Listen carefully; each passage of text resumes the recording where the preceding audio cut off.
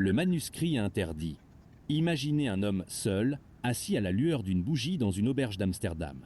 Nous sommes en 1683. Dehors, la pluie fouette les pavés. Cet homme est en fuite. Il a peur. Mais dans sa valise, il transporte un manuscrit qui, 3 siècles plus tard, définira la façon dont vous utilisez. Instagram. Son nom, John Locke. Il écrit en tremblant. Pas de froid. De rage contenue. Chaque mot qu'il pose sur le papier est un acte de trahison aux yeux de la couronne britannique.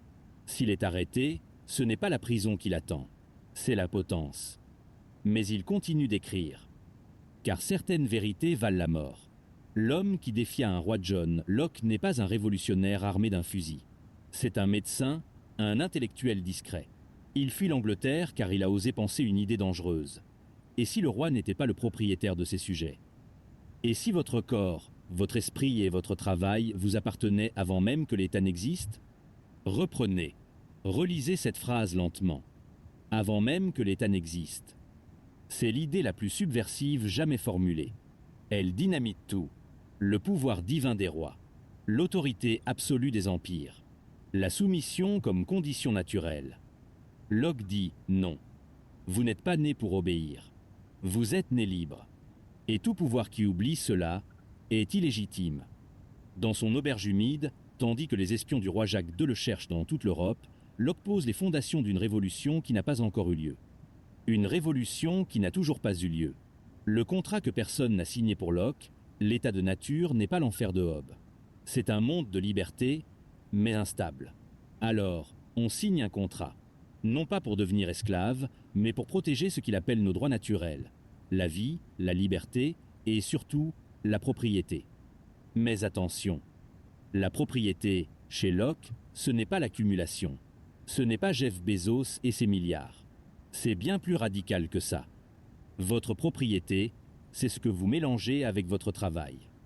Vous cultivez un champ, il devient vôtre.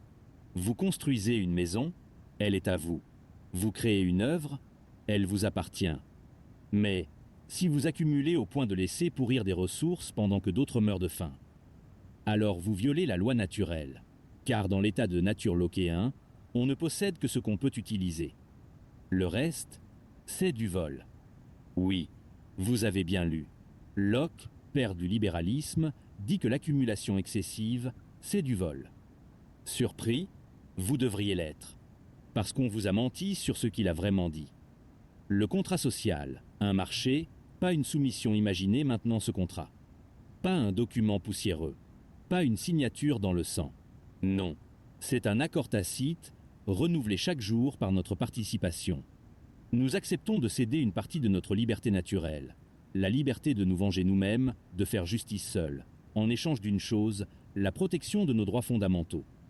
La vie, personne ne peut vous tuer. La liberté, personne ne peut vous asservir. La propriété, personne ne peut voler le fruit de votre travail. Mais, et c'est crucial, ce contrat n'est pas unilatéral.